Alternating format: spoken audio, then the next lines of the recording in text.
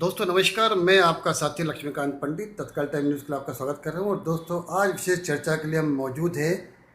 जी हाँ, मौजूद है एक विशिष्ट व्यक्ति के घर पर। जी हाँ, उनका परिचय हम करवा रहे हैं, लेकिन उससे पहले आप देख पा रहे हैं किसी शुभ कार्य के लिए जो भगवान गणेश जी की आराधना होती है, हम वहाँ से शुरुआत कर रहे हैं। और सावन का महीना चल रहा है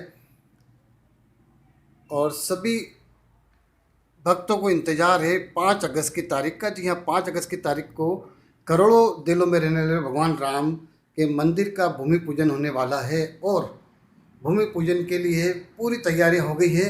इसी तारतम्य में इंदौर से हम बात करने के लिए आज आपको मिलवा रहे हैं विशाल पाठक जी से और जानते हैं उनके विचार। दोस्तों अब आपकी स्क्रीन पर विशाल पाठक जी नज़र आ रहे हैं। विशाल जी, आपका स्वागत है। और हम चर्चा की शुरुआत करें उससे पहले हम हमारे दर्शकों को बताना चाहेंगे कि अयोध्या में राम मंदिर की तैयारी की पूरी तैयारियां हो गई है और प्रधानमंत्री के पूरे आने की संभावना है, वहाँ पर पहुँच रहे हैं। आज विशाल जी से हम बात करने के लिए इसलिए बता रहे हैं कि सोशल मीडिया पर पिछले दिनों विशाल जी ने एक आह्वान करा था जनता से कि 5 तारीख के दिन वो भगवा पहने और घरों में दीप जलाए। तो पाठक जी, हम इसी बात से चर्चा शुरू करते हैं। यह विचार आपके मन में किस प्रकार आया?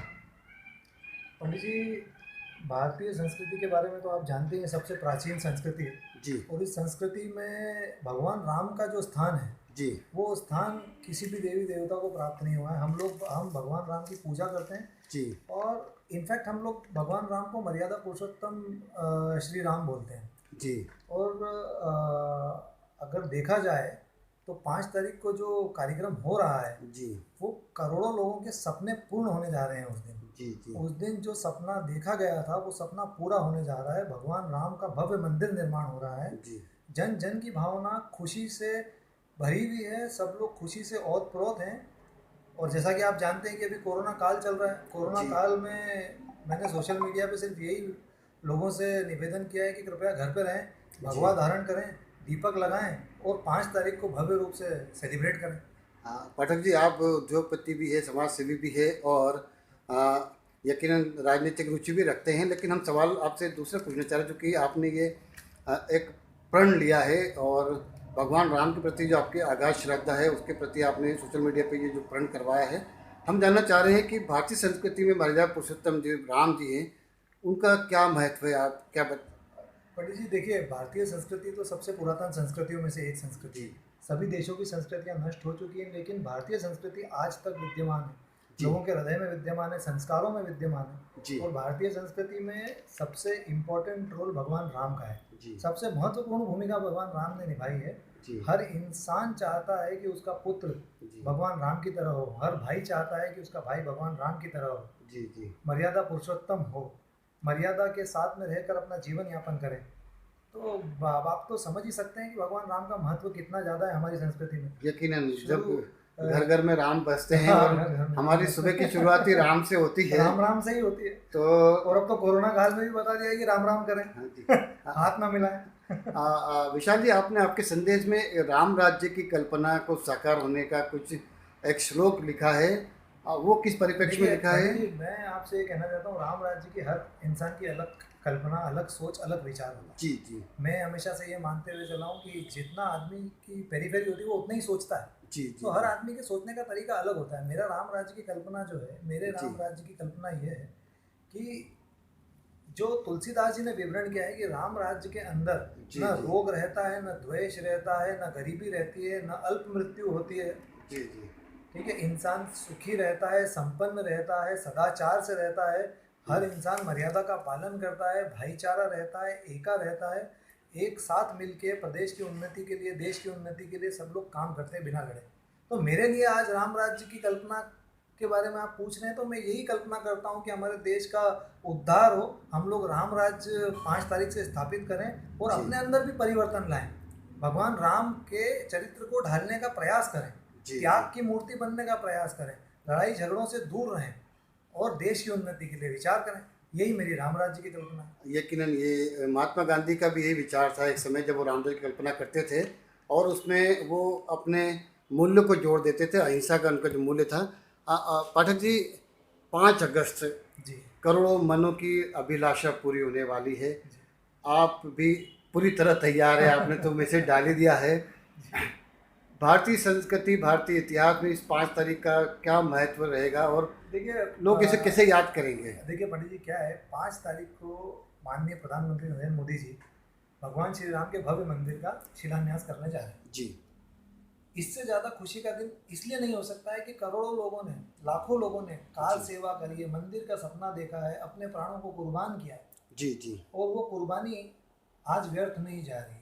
5 तारीख को मेरा तो, मैं इमोशनल हो जाता हूँ सोचते सोचते कि जी। लोगों ने जो बलिदान दिया है, जी जी उनके जो त्याग हैं, आज वो बलिदान ज़ाया नहीं जा रहे। जी जी एटलीस्ट राम मंदिर का निर्माण हो रहा है, भव्य भूमि पूजन हो रहा है 5 तारीख को, और हम लोगों को ये सब मान के चलना चाहिए कि ये दिवाली का ही रूप है। जी। दिवाली के रूप में इसको सेलिब्रेट करना चाहिए, पर चूंकि कोरोना काल है तो मैंने आपको फिर से वही बोलना चाहूँगा कि ये आह्वान क्या है कि कृपया भगवा धारण करें, जी। दीप प्रज्वलित करें अपने घर के आगे। जी अब लोग विदेश जाते हैं घूमने के लिए, अपनी सेल्फी खींच के फेसबुक पे डालते हैं, सोशल मीडिया पे डालते हैं, इंस्टाग्राम पे डालते हैं, ट्विटर्स पे डालते हैं, जी और बताते हैं कि हम यहाँ घूमने आए हैं, उनको बड़ा गर्व महसूस होता है। मैं चाहता हूँ हर इंसान इस 5 तारीख के लिए भी गर्व महसूस करे जी और भगवा धारण करें। भगवा धारण करके ये बताने का प्रयास करें कि भगवान राम का भव्य मंदिर का निर्माण हो रहा है, उस खुशी में मैं अपना साझेदारी कर रहा हूँ। जी।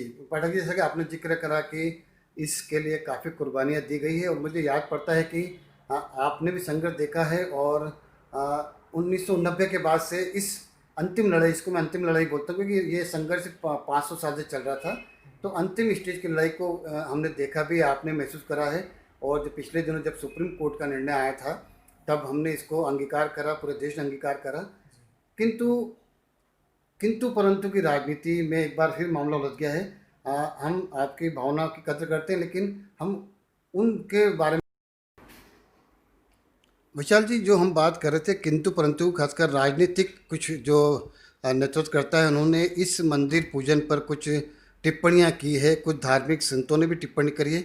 इसके बारे में आप क्या कहना चाहेंगे? खासकर IAM के जो ओवैसी साहब है, उन्होंने कहा है कि बतौर प्रधानमंत्री के रूप में नरेंद्र मोदी को इस पूजन में नहीं जाना चाहिए। अब पंडित जी देखिए, ये तो बड़ा ही ऐसा प्रश्न है जिसका जवाब देना भी मैं उचित नहीं समझता हूँ।